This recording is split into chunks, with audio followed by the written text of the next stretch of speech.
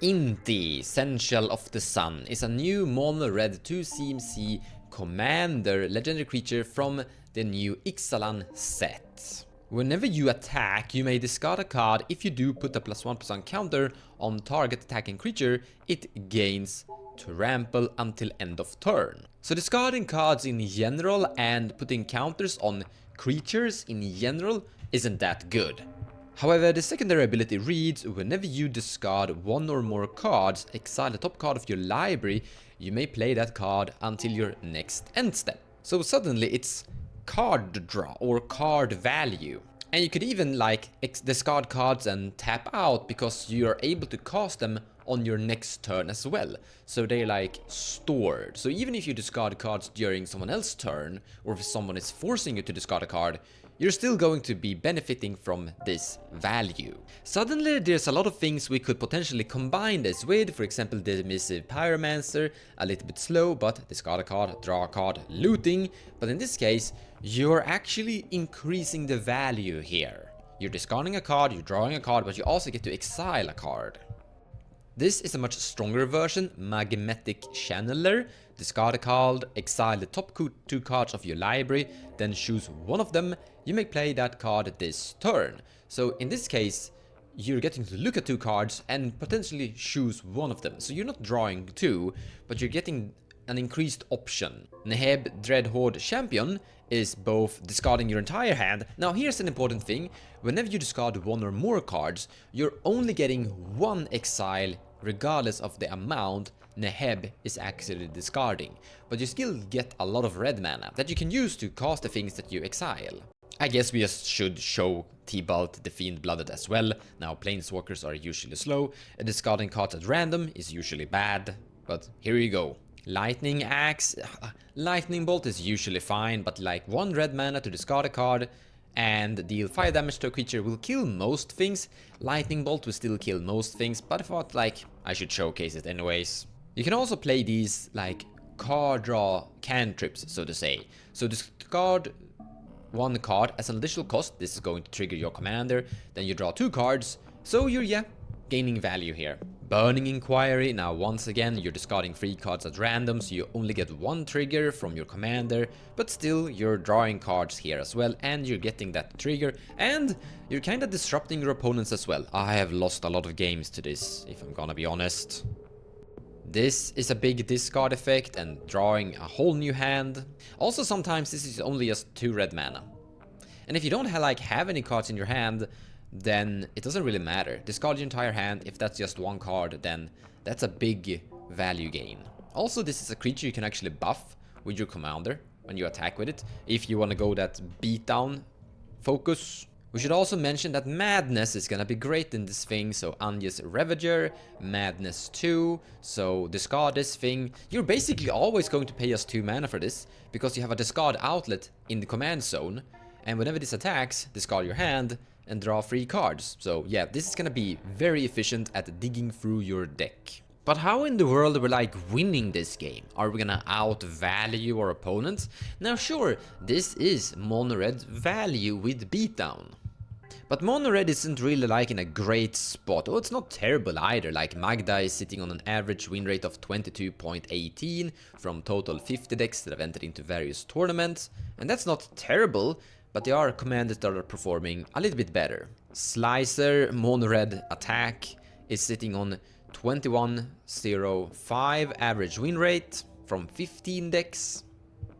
Godo is sitting on 17.28 from 17 decks that have entered into tournaments. Now one of the reasons why Magda is actually performing quite well compared to the other mono red commanders is because she both have a value function and a very efficient combo finisher. Once Magda just accumulates enough treasures, she usually wins the match, which is very easy for her to do. But also you can accumulate treasures that you can cost really expensive things if you can't activate Magda or if you can't search a library. So she still has a functional game plan outside her efficient combo focus. If you compare that to Godo, Godo has a very efficient combo focus, he can win the game very efficiently, But if that doesn't work, for example, he can't search his library, Oppo agent, Magda can still play the game even though there's an Oppo in play.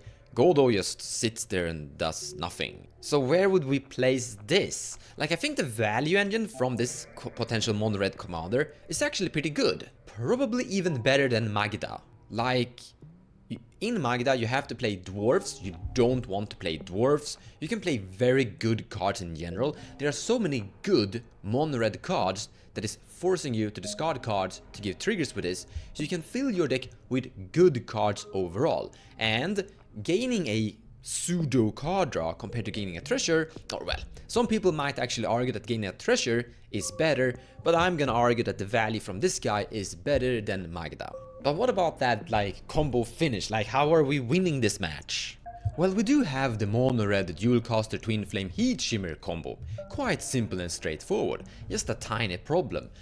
You're usually gaining your discard effects by attacking with your commander. And this combo actually wins from infinite tokens that go to combat. It is a functional mono-red combo you can actually include, it's just that it might not be a perfect fit, but it's something you can definitely play. Also, like, dual custom H isn't like that terrible either. It's a interaction of sorts when needs be. But another problem is that you never get to do that needs be, because you're exiling cards from the top of your library on a default. Therefore, it could be tricky to, like, you're gonna exile them, and then if you don't cast them, they go to exile, or they come into play and then they go to the grave.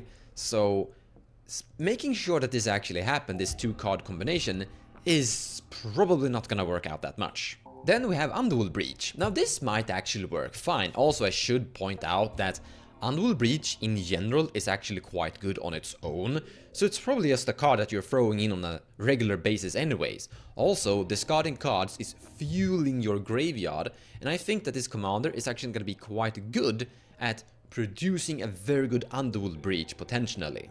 But this actually takes us to where I think this commander should be going towards, which is a, so to say, Storm build. I mean, you can just play a lot of these Faithless Lootling variants to dig efficiently through your deck, and then play a bunch of rituals. With this, you can acquire mana and a huge card draw potential to figure out a form of win. The cool thing about Storm is that you're always trying to accumulate value, you're always becoming a little bit stronger and stronger as the game goes on. I mean, just adding Birgit to this will do so much. So you're casting that, discard card, draw card, regaining mana. Like, Faithless Looting becomes free to cast with this. So I absolutely do think that this guy actually has potential. There's a lot of really good mono-red Storm ritual cards, so I naturally think there's gonna be a deck that actually becomes kinda functional with him. Now what about having him inside 99? He's a little bit too specific, and you don't in general have that many discard outlet effects. Now if you're playing a form of madness deck, or a form of a very heavy discard deck in general, like Anje, the Rakdos Anje, could probably benefit from this guy and utilize him in a form of way. He might pop up somewhere in some 99s in some very specific cases, but in most general I think he's going to be a commander. Don't think he's gonna be over the top or one of the best options in mono red.